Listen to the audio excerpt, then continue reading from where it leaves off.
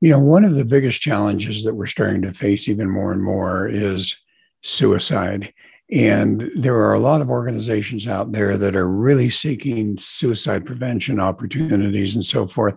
Today, I'm going to have a really interesting fellow on the show. His name is Carl David. He experienced suicide within his own family, and he's written a book, and he's now become a suicide prevention advocate. And the focus now on suicide needs to be on prevention, but what do families do? How do you handle this if you notice that there's a child that potentially is, or in many cases, you have no clue? And so what are some of the elements and things that we can develop within a family that will help to prevent any potential for those type of thoughts or for those type of issues to occur? So I'm really grateful to have Carl David on the show. He's written a book called Bader Field, a story of how his family managed to move forward after his brother took his own life. So please join us for a very sensitive and yet I think very important discussion. At the end of the day, it's not about what you have or even what you've accomplished. It's about what you've done with those accomplishments. It's about who you've lifted up, who you've made better. It's about what you've given back. Denzel Washington. Welcome to Inspire Vision. Our sole purpose is to elevate the lives of others and to inspire you to do the same. Carl, welcome to the show. How are you doing? I'm well, Doc. Thank you. How are you doing? Hey, I'm doing great. And it's so great to have you on the show again. What was it, 2 years ago, 3 years ago that you came on? It was 2 or 3 years ago, yes. Yeah. And you know what? This topic has become even more important in my mind. So let's talk about most recent statistics. Do you have any read on the most recent statistics for suicide and suicide prevention and so forth? I do. There's still 1 million people a year who take their life, and actually 20 times that have attempted and fortunately are not successful. So suicide statistics in general change a little bit. It used to be mostly focused on young people and teens, and now it's the elderly. And now it's a mixture. There are more women than men, from what I have ascertained from some of the statistics, but also there's been an uptick in law enforcement and military, both active and veterans, and that's really upsetting. And that's kind of where my focus has been lately. I do a lot with law enforcement on federal, state, and local levels. And actually have become, although I'm an art dealer by trade, that's my profession my whole life, I've actually become a suicide prevention advocate because I do shows like this and try and reach out and hope that I reach even one person who decides to save their own life instead of taking it. Yes. And, it's interesting. I've kind of become an advocate too. And it kind of just fell into place. I've done some studying and I ended up getting certified as a behavioral analyst. And some of the evaluations that I use that came from the company that I work with really get into this whole concept of values and how do you communicate and so on and so forth. But I was reading a study. I was really fascinated because, so often you listen to these stories of children or young adults or even adults that have committed suicide. And so often it's coming from a highly ineffective family, a troubled family type of thing. Well, I went on and I thought, you know what? There's so many that are doing this that are not necessarily from, quote, troubled families. And there was a study that was done back east that actually studied, quote, normal families. And they found that with their research, two of the main areas that were effectively relating to suicide was lack of proper communication, number one, and number two, expectations.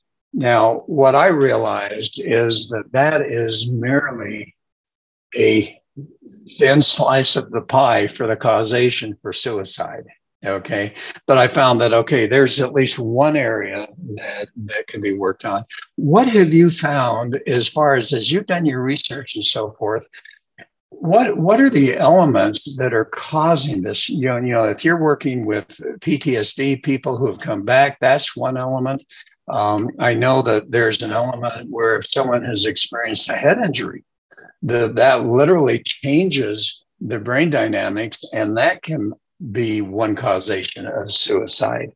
So, what are you finding are the number of causations that you've looked at, and are there any some that really stick out to you as far as causations? There are. You have the standard kind of things like depression and drug use or overuse, overdosing, and things like that. And again, you're right. The family breakdown has been traditionally one of the causes of the kind of loneliness or depression. There's peer pressure. Today's world with the internet and bullying, which has been relentless 24/7, has taken lives. I mean, it's horrible.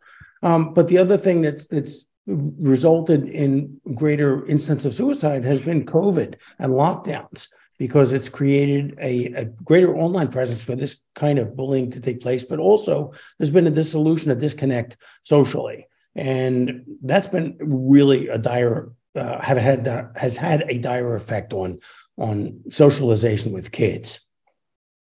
Well, and now that we're out of COVID, and it's been 2 years since we had, or 3 years, I don't even remember. Yeah, that year was a bad one. But are you finding now, even now, that that's kind of become the foundation of a lack of interaction between people and so on and so forth? Yeah, it's kind of had an after effect. I mean, now things are getting back to somewhat normal, but at the same time, the lack of socialization has stayed with some of these kids, and even with some adults. They've become loners, and they've kind of, I don't need to have friends, or I don't want friends. It's all sort of changed the dynamic of the life we live in. And it's gotten better a little bit, but then again, the rates of suicide have also gone up. They were going down for a couple of years, and now they're going back up again.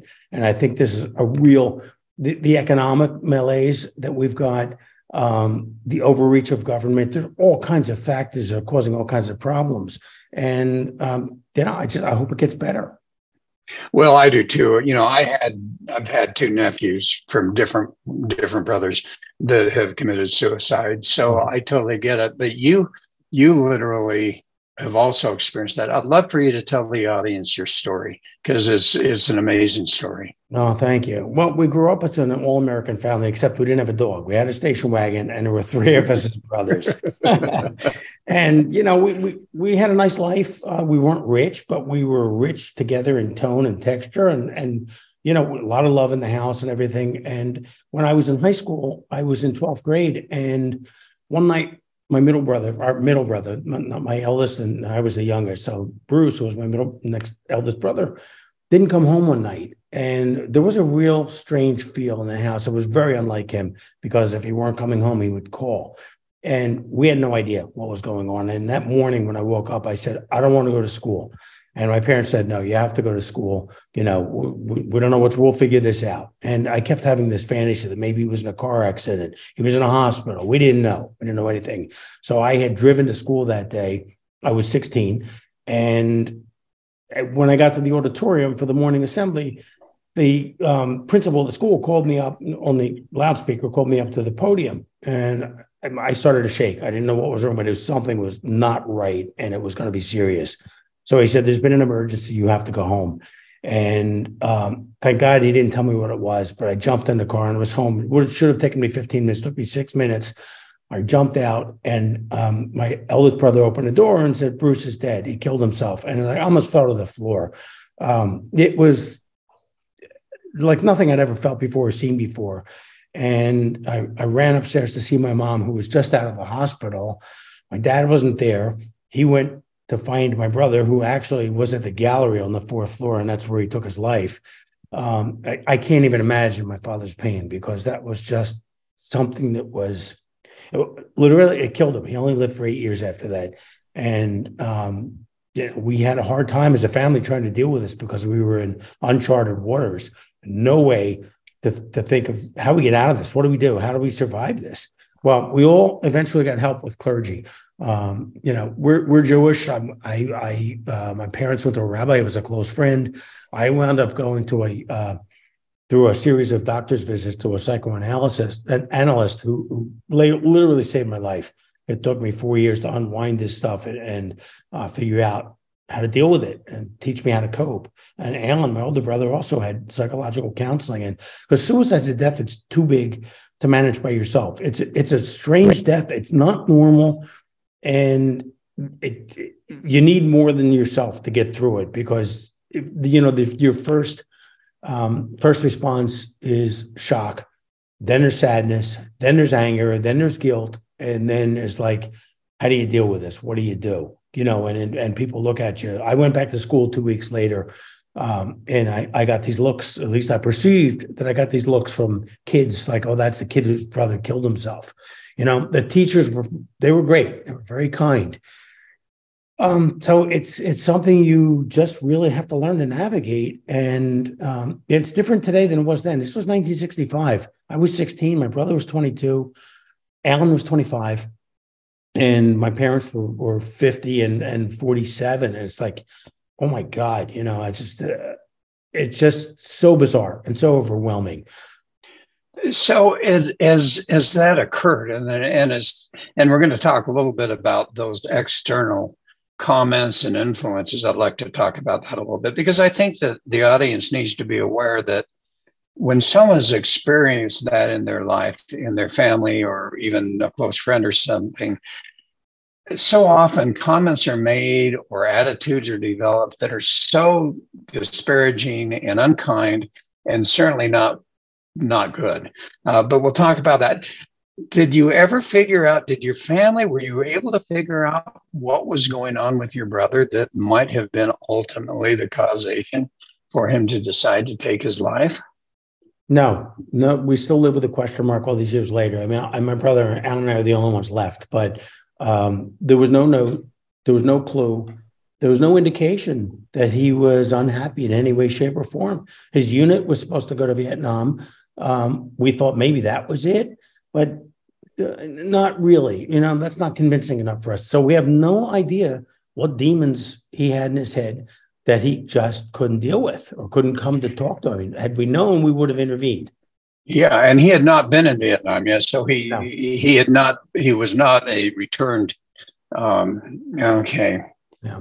So it definitely wasn't PTSD, at least from that perspective. Right. And yet you've never been able to figure it out. No clue. No, was it drugs or no drugs? I mean, this was a kid who was happy.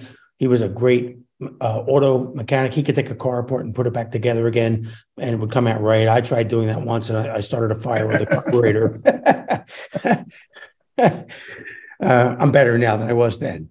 But no, there was no indication. We just were blindsided by this whole thing. So you live with a question mark. Like, what could you have seen? What did we miss? That is so amazing, isn't it?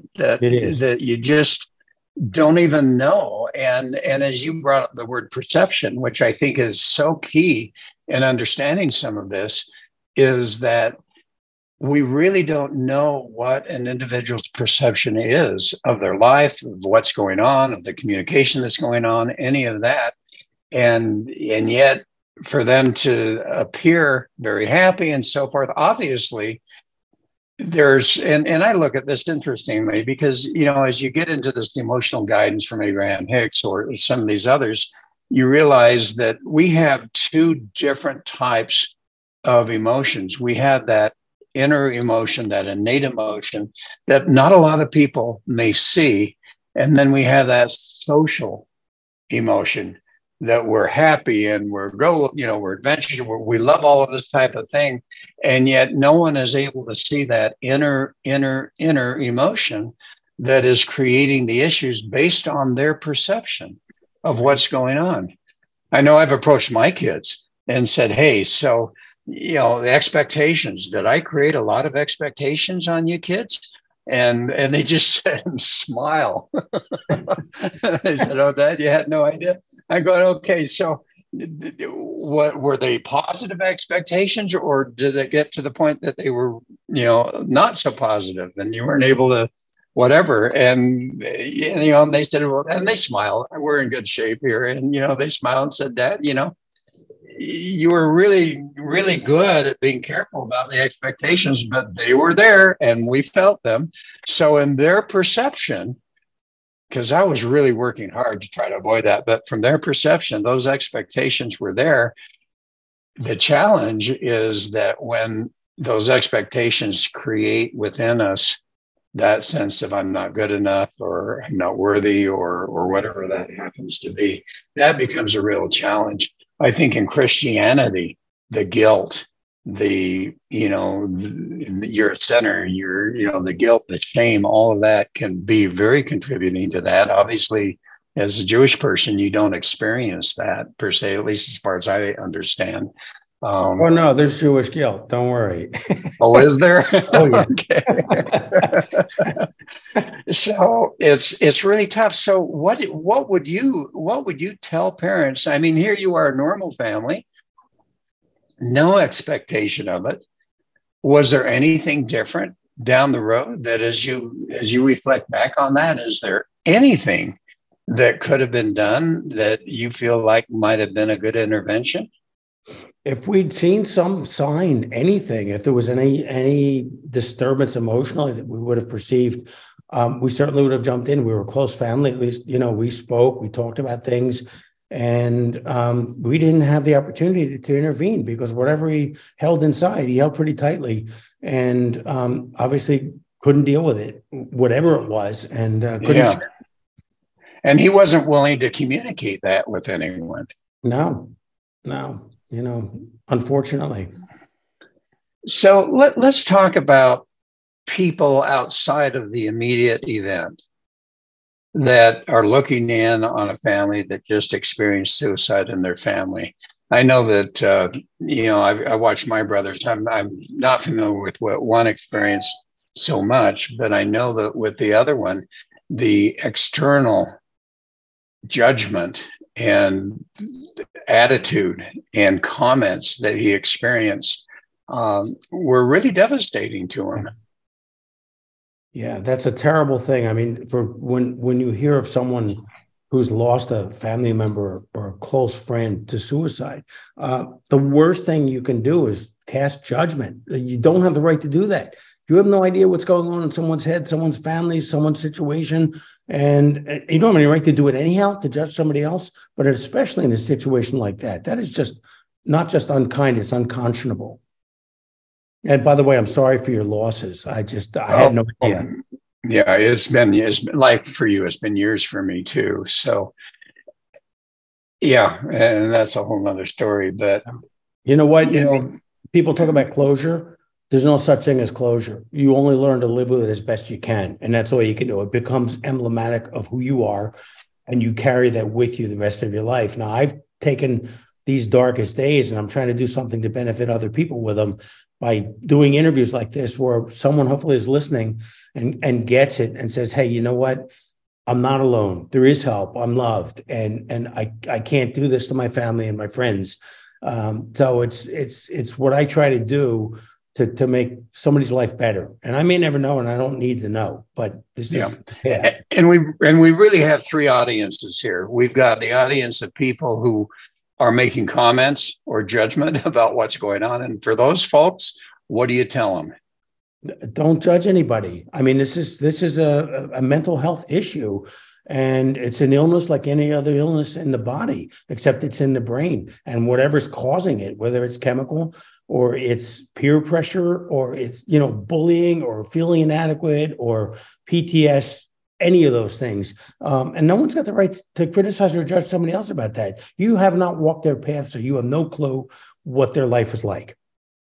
So just be kind, be loving, be supportive, and quit the attitude and the comments. All right. And then we have the families. We have the family that is experiencing this. And as you said, you never get over it. But as we talk about what are some of the things that, here you are, a normal family. I was brought up in, quote, a normal family. I don't think there's any normal there, but we all are reasonably normal families, and yet it's still happening. And any thoughts, preventative measures are usually taken when you observe that the child is experiencing difficulty and so forth. But are there some preventative measures, just normal, common, everyday things that we can do within our family, which we would assume is normal, that might be just that one safeguard against what happened to you and to your family? Yes. And I think that communication is key. I think talking, having an open dialogue, and referring to suicide as well, that is never the answer, that no matter what your kids do, they can come to you and you'll support them. And short of having them come at you with guns and knives, but I mean, realistically, you don't know what's going on in a kid's head. And when our kids were old enough and we didn't know, my wife and I didn't know exactly when to broach the subject to let them know about my brother, but when they were maybe 11, 12, 13 years old, and we knew that it was a time that they could comprehend without freaking out, we told them about my brother. And we also told them that no matter what happens in your life, no matter how bad you think it is, you can always come to us, and please do. There's always an answer. There's always, it may not be the answer you want to hear, but there's always an answer, and it's always better than terminating your life. And they, we did this, told them this as insurance in a way, that they knew they could come talk to us no matter what it was. And even no matter how bad it was or whatever they would do, that we'd be there for them. And that there's, that's important, because some kids would take in a way, the easy way out and just end it if they're in that much pain. Well, and I think you've hit on a good point. And, this is something that I don't see happening as deeply as I would like to, but this communication, this transparency, the confidence and the trust to be able to communicate with your parents or with a family member or whatever. But that's something literally that the parents really are the ones that need to, number one, realize that, communication is key. And how do I develop an open, transparent communication with my children to the point, or with my spouse or with my friend, whoever, that they literally are able to be transparent in their comments, in their thoughts and their feelings. It takes a lot of trust to go to your dad or your mom and tell them how you're feeling if you're not feeling good. Yeah. Emotionally.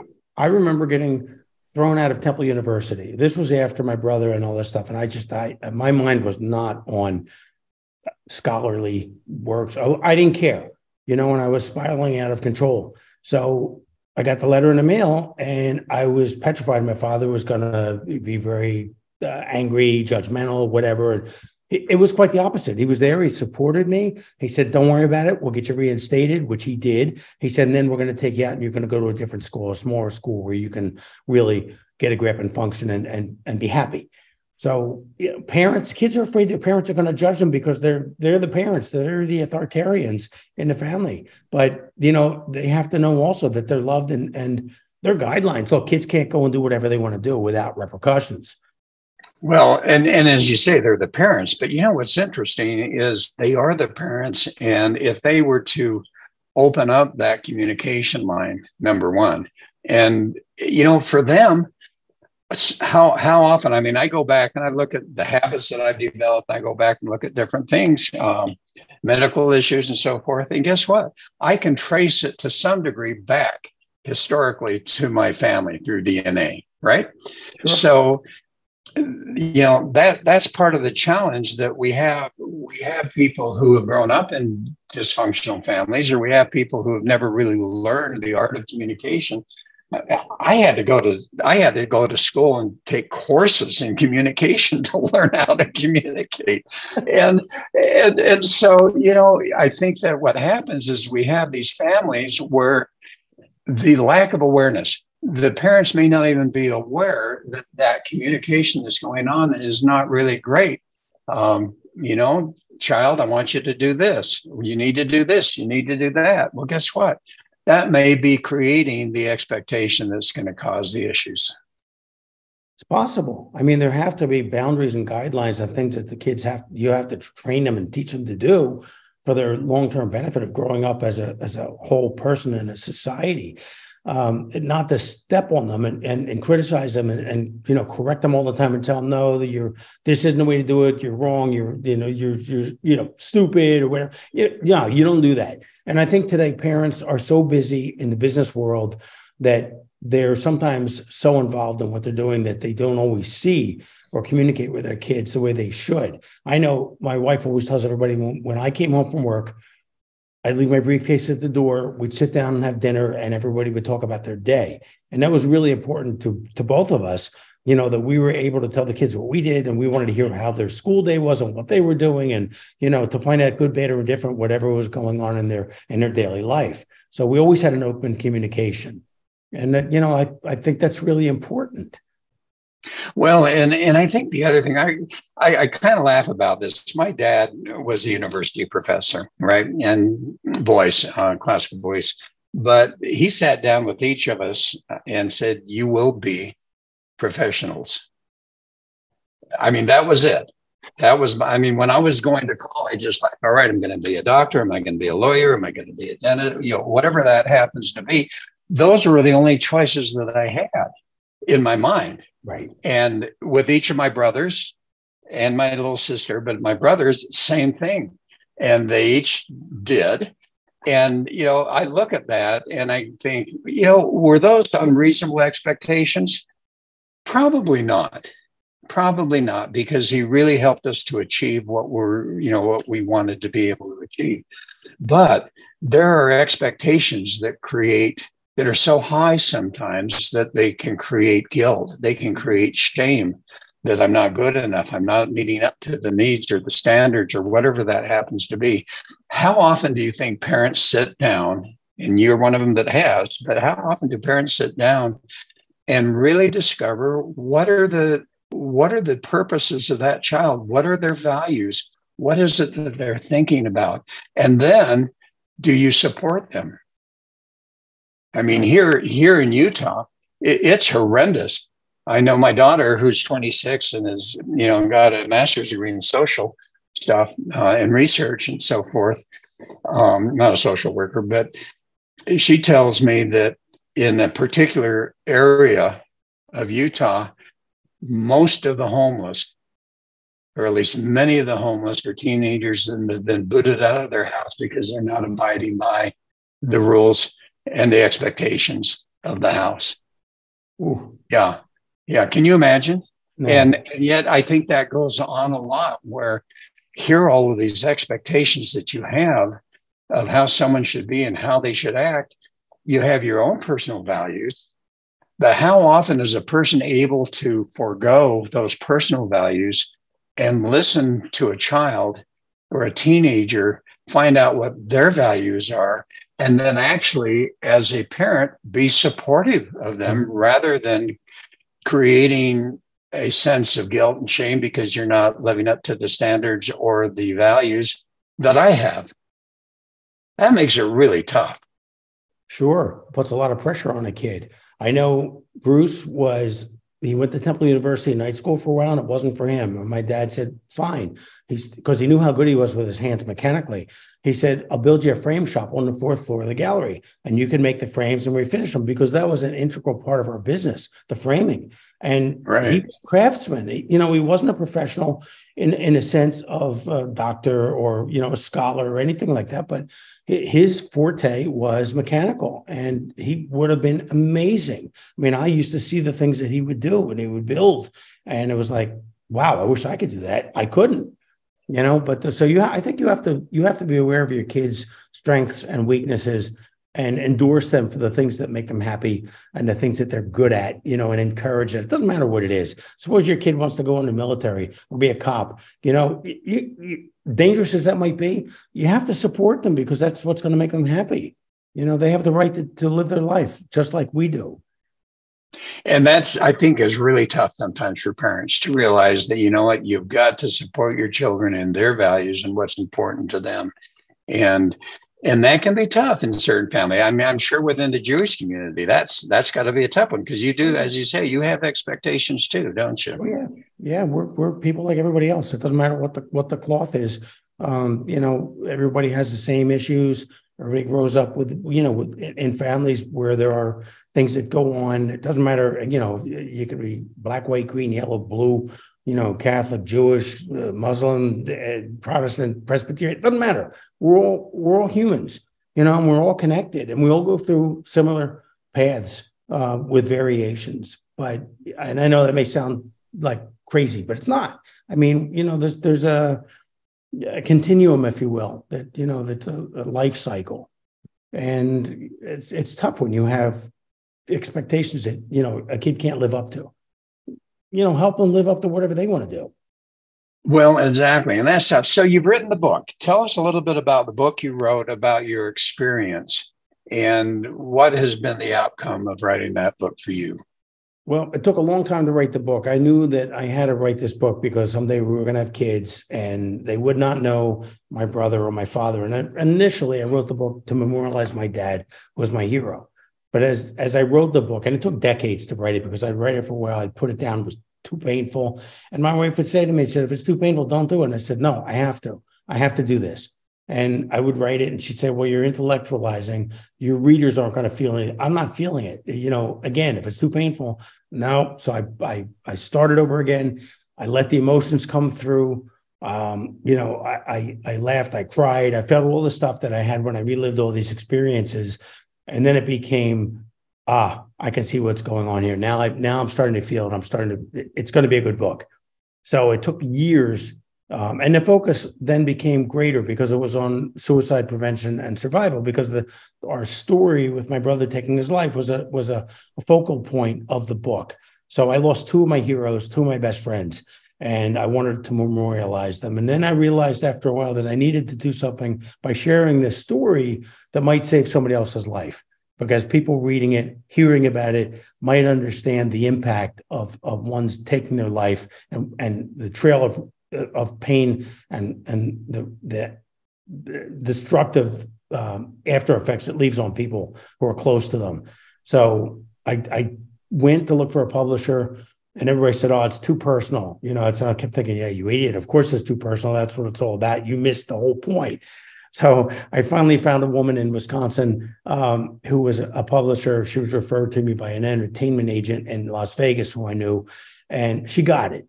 She said, yeah, let me read it, and I'll call you in 10 days. Well, I called her, and she said, yes, we want to publish it. I only want you to do one thing. And I said, okay, great. What do I need to do? She said, I want you to rewrite it movie style. Well, I heard movie, and I got excited because ultimately for this book, I want a film. I want it to be in a visual venue so that people can see it. And like, I can't remember the name of the movie, Ordinary People, and I wanted to, because some of my friends have told me this sounds like Ordinary People. So I said, well, wait a minute, what's movie style? She said, I want you to write it. I want you to show it, not tell it. So she said, I'll give you an editor who will show you how to do it. She won't tell you, she'll show you. And in 6 weeks, I rewrote it. And what she really wanted was dialogue so that the characters would come to life.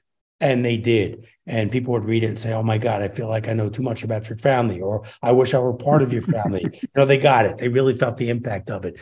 So it came out, and I started to do radio, television, and journal interviews, solicited and some not solicited. Some would come to me, and I just felt like this was a path that, I had to take, something I really wanted to do, to even if I reach one person. And as I said before, I may never know, and I don't need to know. I'm just doing what I know it's the right thing to do, because it'll save lives. And the book, what is the name of the book? It's called Bader Field, How My Family Survived Suicide. It's on Amazon. It's all over the place. If you do a search for Bader Field by Carl David, it'll show up. And my website was just relaunched. It's carl-david.com. It's carl-david.com. And there's all kinds of stuff on there about the book and why I wrote it, and interviews and podcasts. And that's aside from making a living as an art dealer, this is what I'm doing. Well, and you made a comment. As you were going through, you saying I'd never know, and so on and so forth. Have you actually had any experiences so far where you are aware of something that you did that has helped someone to avoid or move away from that emotional level of suicide? I've had a couple of emails where people have emailed me after an interview, saying, thank you so much. You have given me a different perspective, and now I'm seriously thinking about living. When I hear that once or twice, that's the vindication that I need. That's validation for everything that I'm doing, and it's just that's it for me. Just knowing that I helped somebody, and right. There are people that I'm connected with on LinkedIn who write to me, and one guy was suicidal, and he was very depressed and whatever. And I've been going back and forth with him now for better part of a year. And he thanked me for pulling him out of a dark space. So yes. But your comment, and that is such a blessing for you to have experienced that, because so often we never know. And I think that's something for the audience to really understand, that smile, that hug, that little small act of kindness or acknowledgement. You never know how that's going to ultimately affect someone, and they may never tell you, but the reality is that all of those things that we can do that are kind, that are loving, can potentially change someone's life without us ever knowing, moving them away from suicide into deciding to really live a full life.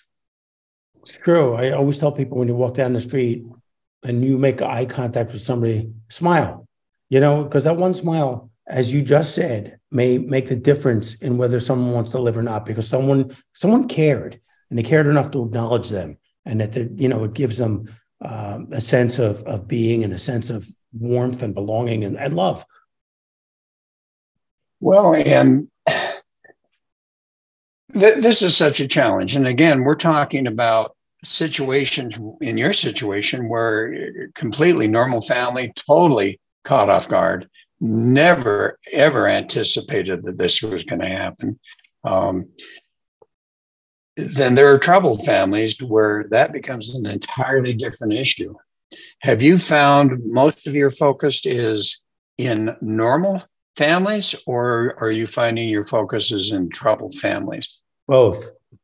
I don't think there's much of a distinction in how you can help someone, because you don't know if the family is normal. You perceive them to be normal, but who knows what's behind the curtain? And that veil can be very thin or very thick. And I don't make that distinction. I put it out there for everybody, because I can't judge what some family is like. If they're dysfunctional, they're having problems, there's depression, there's gang related stuff, because there's no family. It kind of doesn't matter. The principles are the same. What are you doing specifically, Carl? What are you doing specifically to help these people as you come across them? Well, when I find someone who needs help, I let them know that they're not alone, that there is help for them, and that, there's tomorrow. And every day you wake up, you get another chance to do a redo, and that you need to reach out to people. I always tell people, if you're feeling that way, call somebody. If it's a family member, if it's someone in the clergy, if it's a bartender, if it's anybody, a friend, because if your family won't listen to you, reach out. Call 988. That's a suicide hotline. And it's so important. And there used to be all these other hotlines that had long names and numbers, and who remembers them all? But 988 is a godsend. I mean, it's something that's out there now. And, it's wonderful, because it's easy. There's no judgment. You call and nobody's going to judge you or come after you or come lock you up or take you to a mental facility. They don't do that. And then if you can talk someone down for 10 minutes off that ledge, sometimes you can actually change their mind. I've dealt with some psychologists who have said that. There was an organization called Contact up in the Philadelphia area. We're in Florida now. But when we're up there, I did an interview. I did a television show with Lynn Doyle called It's Your Call. And there were 3 segments. And there was a psychologist who's from Contact who said, if you can talk to someone, get them to talk to you for 10 minutes, you can usually change their mind, unless they're so determined that they're going to do it anyhow.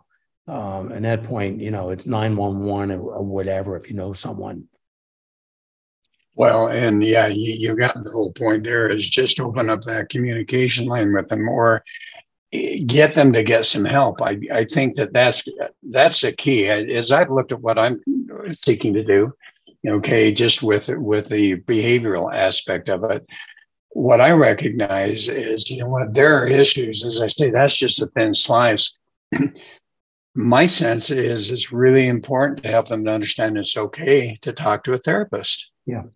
And even today's society, although that's opening up a little bit more, it's still kind of that connotation of, oh, you're going to see a therapist. What's wrong? Right. Type of thing. And we've got to be supportive of that and recognize that sometimes the only help that they're really going to get is to be able to work through with a therapist all of the issues that they've experienced from childhood, whether it's abuse or whatever it happens to be. Yeah. And sometimes you can't talk to your family because you're so imbued with all of this, whatever negativity, whatever it is that's in your head. You can't talk to your family because maybe they've fomented some of this, maybe not, but maybe they're just not listeners and they're the wrong people. And you need outside a third vision with someone who actually is independent of your family, who can actually work with you directly and find out what's going on, without a familial influence. So you're watching a family that's just a mess. You're seeing a child that potentially is suicidal. How do you talk to that family and convince the parents that they need to get their kid to see a therapist? That's a battle. I mean, sometimes they'll listen and sometimes they'll say, oh, no, you're wrong. This is nuts. Leave us alone, whatever. And that's tough to deal with because when the parents are rigid enough that they don't want to recognize that for whatever reason, whether they feel they failed or it's cast aspersion on them because their kids messed up, who knows? But it's a difficult thing to do. And then you have to see if you can, depending on the age of the child, see if you can send help for the kid or reach out and let the child know that you're available for them. It's kind of circumventing the parents. And it's a little dicey, but, it just depends on the circumstance. Well, and it is a challenge. It is a challenge to be able to sit down and talk to parents and say, hey, let's get some help for your friend. And they're going, well, it's not your business. We're just fine, and type of thing. But for parents that are listening to this, I think the key is open up that discussion, open up that communication line, get to know your kids and get to support them rather than with your values, get to support them in their values. Now, that's kind of scary sometimes. It is, but at least you can, if you open that dialogue, you can find out what's in their head. They'll talk if you let them, and you have to listen. Listening is key. My father always told me, if you want to make a friend, just listen, let them talk. And frequently when they talk, everything comes out, good, bad, and indifferent. And then you can kind of analyze the situation and see if it's something that you can do to direct them. Look, I'm not a doctor. I'm not a clinician, but I live this and I bring to the table something different because I've actually got it in my gut and in my brain. I lived it and I'm trying to do something to help somebody else so that they don't have to live it. And for parents who've gone through this or families who've gone through it, it's the same thing. They have to know how they can deal with it. And we do deal with it. We don't get over it. We only learn to live with it, but we can get through this together. It's just, you can't do it on your own. It's too difficult. You'll shut the world out and it's a mess. No, you can't. And to learn those communication skills, I mean, even I've experienced this with friends that don't speak real good English. And it's really fascinating because they'll say something and normally, I'd go, okay, got it, when I really didn't. But being able to go back and say, okay, we're going to have a communication, but there's things that I'm not going to understand that you're saying. And when I don't understand, I'm going to ask you to explain that a little bit further, clarify that a little bit further. Is that okay? Well, yeah, absolutely, because they want to be understood. And what I have found is when you do that, all of a sudden that opens up that communication line. So being able to, you talk about communication, and one of the funniest things, and yet is sad, is they talk about the fact that when someone is talking to you, you're so busy trying to figure out what you're going to say next that you're not really listening. And I think you've hit it on the head, is that we've got to learn to be good listeners, non-judgmental listeners, and be able to then go back to whomever it happens to be and really, number one, acknowledge what they said. Number two, repeat back what they said to make sure that your understanding is what they really meant. And going through that type of process I think would really open up a lot. But I mean, how much communication did you learn in school? Not much. Me neither, until I went back to business school, and all of a sudden there was this huge course on communication. And it's like, holy cow. And it was fascinating to see how poorly up to that point I had understood about communication. So I think that becomes key. So Carl, as we're closing out, what would be the message that you would like to share with the audience today? Be kind, excuse me, be kind to people. If you have kids, listen to them, talk to them, don't judge them. Let them know that you're there for them, physically, emotionally, and spiritually. And that if you see somebody who's having an issue, try and reach out and help. The worst you can do is embarrass somebody by being a little bit overzealous. But if you hear someone talking about killing themselves, giving their possessions away, dropping out of society, not caring, becoming completely disinterested, step in and do something. If it's not with them, it's with their family, it's with somebody, because you might save their life. And I think the biggest thing that I can impart is just to be kind, to be nice. This is a tough world we're living in. It's not getting any easier. And we all need to be there for each other. Pure and simple. Well, and I think you've hit it on the key. Carl, again, this has been a great discussion, and what you're doing from the standpoint of suicidal advocacy to try to prevent that, I think is amazing. And, it's just little things like that some people do that makes all the difference in the world. So kudos to you for doing what you're doing. Thank you. I appreciate it. It's not always easy. It's an emotional, journey for me back to 1965, but I feel like it's something I just have to do, or I've wasted an opportunity to maybe save a life or save lives or just help somebody. It's just that simple. Yeah. Thank you. And I really appreciate the time being on your show. You're right. It's not emotionally easily to do it, because as we absorb their emotions, it becomes difficult for us. So it's a courageous thing to do. And that's what you've done. How do they find your book, Carl? If you do a search for Baderfield, Baderfield, by Carl David, it'll show up in a myriad of places, digital formats. It's in the Apple iBookstore. It's in Amazon, Barnes & Noble. And if anybody has a problem getting it, just reach out to me. My email is carledavid@gmail.com. And I'm available on my website, shows a lot of what I'm doing, carl-david.com. All right, Carl, thanks so much. And I look forward to getting you on again in the future and seeing what you're doing and see if you come into some more insights. Thank you. Anytime. Appreciate it, Doc. Hey, take care. You Bye too. now. Bye.